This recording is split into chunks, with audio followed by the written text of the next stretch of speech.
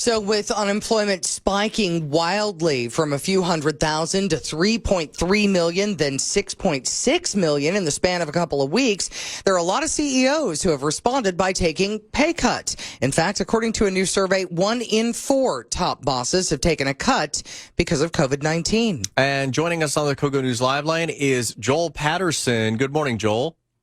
Good morning, Ted. How you doing? Good. So CEOs are often compensated very differently. Will a pay cut really hurt most of them? I mean, it's on an individual basis, of course, but if you're talking about Fortune 500 type of companies, then probably not. You know, their pay is largely tied to what the stock price is doing.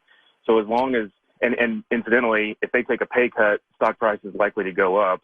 So it's ultimately not going to hurt them very much. But if they don't do something, it shows that they're a little tone deaf and probably going to be viewed as elitist if they're not asking of themselves the same thing that they ask of their people. And let's talk about that. I mean, there are a lot of Americans who have taken pay cuts and pay cuts that really hurt them, you know, considering that they're not compensated in the millions and millions of dollars. So if your boss doesn't take that pay cut, you're not likely to want to work for them for very long, are you?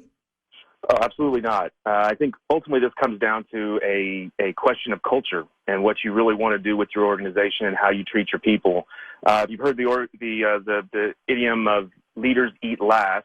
I think that's very true in this time, in that you've got to be willing to make those sacrifices, lead the way that you would expect them to follow, and really make those sacrifices that are important to demonstrate a good example for your people. So really, if you're looking at your culture and you have if you follow a servant leadership type of culture where you want to put people above profit, you're going to do good for the world. There's other things besides just bottom line, and one of the ways that they can really show that they're putting their money where their mouth is, literally, is by taking that pay cut in the same way they're asking their people to. Is it largely symbolic, or can it really make a difference? It can make a difference in perception, right? And perception is reality for most people. So mostly it's probably symbolic. Again, it goes back to the size of the company and the type of company that they're working in. But you still got to do it. If you're asking people to do something, you got to be willing to do it yourself. And again, if it's a public company, like you're seeing a lot of articles out there with large organizations that are taking pay cuts at the CEO level, like Delta and Marriott and things like that. For those organizations, you absolutely have to do it. If you don't, then like I was saying before, you're just tone deaf.